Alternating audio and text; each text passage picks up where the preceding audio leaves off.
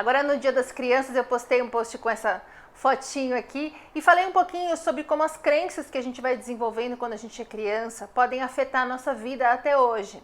O caso mais clássico é de pessoas que não lidam bem com dinheiro, que se sabotam de uma maneira que nem eles conseguem compreender a respeito de, por exemplo, uma promoção que acaba nunca saindo, não consegue juntar uma grana para ter um pé de meia e não entende o porquê desse comportamento. E aí busca lá na infância e acaba se tocando, se lembrando que as pessoas à volta dela, ou alguém especificamente, falou durante um tempo, ou uma vez muito enfaticamente, que, por exemplo, dinheiro corrompe as pessoas, que todo mundo que é rico não tem caráter, ou coisas desse tipo. A sensação de não ser bom o suficiente, que a maior parte das pessoas, se não todo mundo, que chega ou pode chegar a um burnout sente, normalmente é uma comparação que fizeram quando você era criança com algum irmão, com algum primo, alguém que desvalorizou você num momento em que a gente, sendo muito pequenininho, é às vezes muito literal. A gente não consegue entender que a pessoa falou por causa de um contexto específico ou porque a pessoa... sei lá, sem noção, a gente entende aquilo como uma verdade. Criança muito pequena parece uma esponja gigante, a gente absorve tudo. E muitas dessas coisas a gente carrega como uma verdade, vira uma crença limitante a nossa vida fora. Esse exercício é uma forma de você se libertar de algumas coisas que foram faladas, que foram incutidas na sua cabeça quando você era criança e que te atrapalham até hoje. A Gabi chama esse exercício de PPP, passado, pessoas, perdão, ou pessoas, passado, perdão. De qualquer forma, tem esses 3 elementos e eu tenho certeza que vai ajudar você como ajuda a mim. É aparentemente simples, apesar de ser muito profundo. Você vai pegar um caderno, uma caneta e lista nesse papel todas as coisas que você se lembra de ter ouvido quando era criança e que ainda causa em você alguma emoção negativa. Pode ser uma crítica, mas pode ser até um elogio, alguma coisa que tenha de alguma forma ficado em você uma emoção que não é boa. Às vezes a gente é muito elogiado e entende a partir dali que a gente precisa corresponder à expectativa das pessoas e aquilo gera uma ansiedade, gera uma sensação de não estar correspondendo ao que as pessoas esperam de nós, mas foi falado com boa intenção. Então não necessariamente as coisas ruins, as broncas, as críticas, as coisas muito negativas. Coisas que, independentemente se são negativas ou positivas, fazem com que você carregue uma emoção negativa até hoje, quando se lembra daquilo. Você vai listar todas as coisas que você ouviu e quem te falou aquilo. O passo número 2 é você escrever uma carta para cada pessoa que falou cada uma daquelas coisas.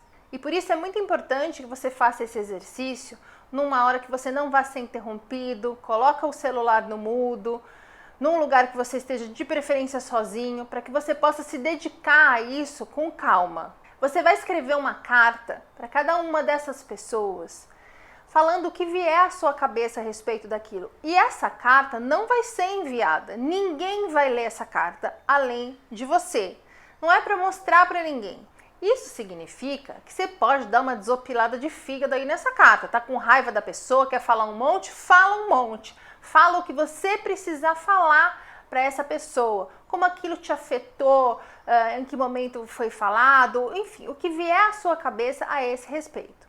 Quando você acabar de escrever todas essas cartas, você vai escrever uma carta para cada pessoa que te falou cada coisa. Então, se uma pessoa te falou 3 coisas, você escreve uma carta para ela, mas falando sobre essas 3 coisas. Se a outra pessoa te falou uma coisa só, você vai escrever uma segunda carta para essa pessoa comentando essa uma coisa.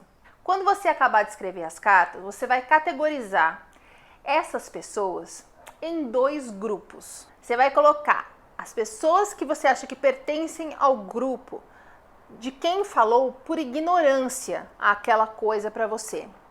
Porque a pessoa não tem noção do que estava fazendo na hora, não teve uma presença de espírito de entender as consequências que aquilo poderia ter para você, uma pessoa que não tem nenhum repertório, que não teve estrutura, enfim, que falou aquilo por ignorância.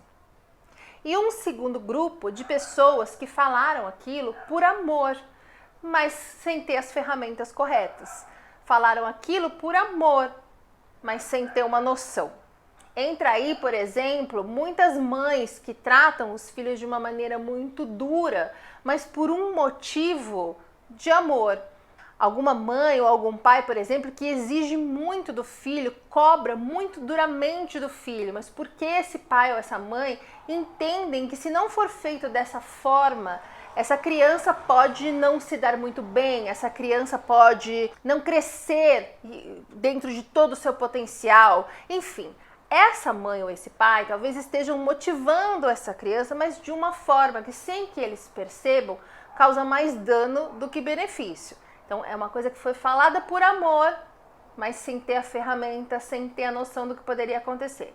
Então você vai pegar, por exemplo, eu tenho, sei lá, 5 pessoas, cada uma me falou um tanto de coisa, eu escrevi 5 cartas para cada uma dessas pessoas e eu vou categorizar. O Joãozinho eu acho que falou por ignorância, a Marezinha eu acho que falou por amor, a Joaninha eu acho que falou por ignorância, e você vai categorizar as pessoas nesses grupos. Isso tudo, gente, vai fazer com que você entenda, e eu tô falando porque eu fiz o exercício e realmente ficou muito claro para mim.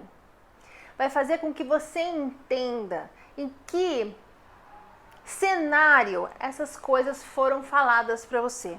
E vai acontecer 2 coisas.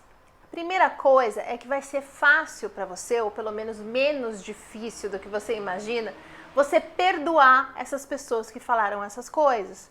Porque vai ficar claro para você que elas foram faladas não por maldade. Elas não foram faladas porque a pessoa queria o seu mal. É porque a pessoa ou estava sendo ignorante, ou ela não soube expressar da melhor forma o amor dela. Fica muito mais fácil a gente perdoar essa pessoa. E vamos lembrar que perdoar a pessoa não é você admitir que aquilo foi uma coisa maravilhosa para a sua vida e essa pessoa merece toda a sua atenção, amor, carinho, você precisa mudar a sua forma de... Não é nada disso. Perdoar uma pessoa é você se libertar daquela emoção. Você não precisa falar perdoo você. Você só precisa tirar aquilo de dentro de você. Tirar essa emoção negativa que vem a partir desse fato de dentro de você.